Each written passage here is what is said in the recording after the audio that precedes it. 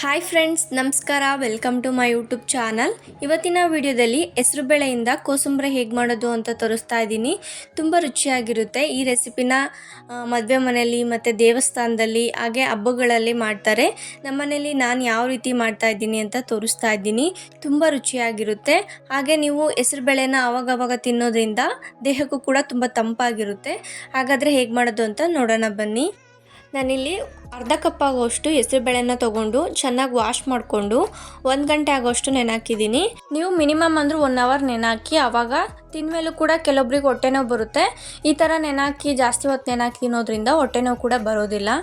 ಇವಾಗ ತುರಿದಿರೋಂಥ ಕ್ಯಾರೆಟು ಮತ್ತು ಸ್ವಲ್ಪ ಈರುಳ್ಳಿನ ಹಾಕ್ಕೊತಾ ಇದ್ದೀನಿ. ಕ್ಯಾರೆಟು ಮತ್ತು ಕಾಯಿ ತುರಿನ ಸ್ವಲ್ಪ ಜಾಸ್ತಿ ಹಾಕ್ಕೊಳ್ಳಿ, ಆವಾಗ ಟೇಸ್ಟ್ ತುಂಬ ಚೆನ್ನಾಗಿರುತ್ತೆ. ಹಾಗೆ ಹಸಿಮೆಣ್ಸಿನ್ಕಾಯಿನ ಹಾಕ್ಕೊಂಡಿದ್ದೀನಿ. ನಾನಿಲ್ಲಿ ಉದ್ದುದ್ದು ಕಟ್ ಮಾಡ್ಕೊಂಡಿದ್ದೀನಿ. ನೀವು ಬೇಕಾದರೆ ಸಣ್ಣ ಕಟ್ ಮಾಡ್ಕೋಬೋದು. ಖಾರ ಇರೋದ್ರಿಂದ ನಾನು ಉದ್ದುದ್ದು ಕಟ್ ಮಾಡ್ಕೊಂಡಿದ್ದೀನಿ.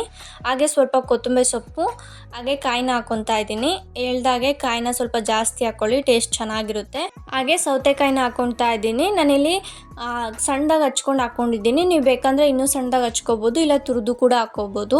ಸೌತೆಕಾಯಿ ಹಾಕೋದ್ರಿಂದ ಟೇಸ್ಟು ತುಂಬ ಚೆನ್ನಾಗಿರುತ್ತೆ. ನೀವಿದ್ದರೆ ಹಾಕ್ಕೊಳ್ಳಿ, ಇಲ್ಲಾಂದರೆ ಬೇಕಾದ್ರೆ ಸ್ಕಿಪ್ ಮಾಡಿಕೊಂಡು ಹಾಗೆ ಮಾಡ್ಕೋಬೋದು. ಹಾಗೆ ರುಚಿಗೆ ತಕ್ಕಷ್ಟು ಉಪ್ಪು ಹಾಕ್ಕೊಂಡು ನಿಂಬೆಹಣ್ಣಿನ ರಸನ ಹಿಂಡ್ಕೊತಾ ಇದ್ದೀನಿ.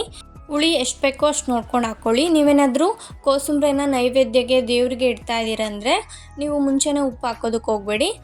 ನೈವೇದ್ಯ ಆದಾದಮೇಲೆ ಉಪ್ಪು ಹಾಕ್ಕೊಂಡು ಮಿಕ್ಸ್ ಮಾಡ್ಕೊಳ್ಳಿ.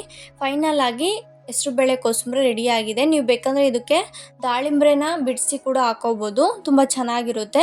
ನಿಮ್ಮ ಮನೇಲಿ ಯಾವುದು ಇರುತ್ತೋ ಅದರಲ್ಲೇ ಮಾಡ್ಕೊಳ್ಳಿ. ಕೋಸಂಬರಿ ಹೆಂಗೆ ಮಾಡಿದ್ರು ತುಂಬ ಚೆನ್ನಾಗಿರುತ್ತೆ. ನಿಮ್ಗೇನಾದರೂ ಬಾಡಿ ತುಂಬ ಹೀಟ್ ಆಗಿದೆ ಅಂದರೆ ಈ ಥರ ಹೆಸರುಬೇಳೆಯಲ್ಲಿ ಕೋಸಂಬರಿ ಇಲ್ಲ ಪಾಯಸ ಯಾವ್ದು ಬೇಕಾದರೂ ಮಾಡ್ಕೊಂಡು ತಿನ್ನಿ.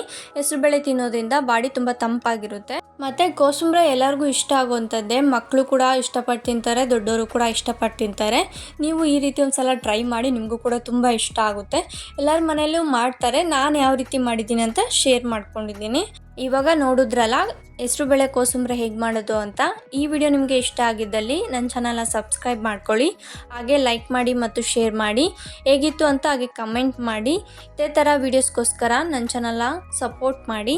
Thank you for watching the video.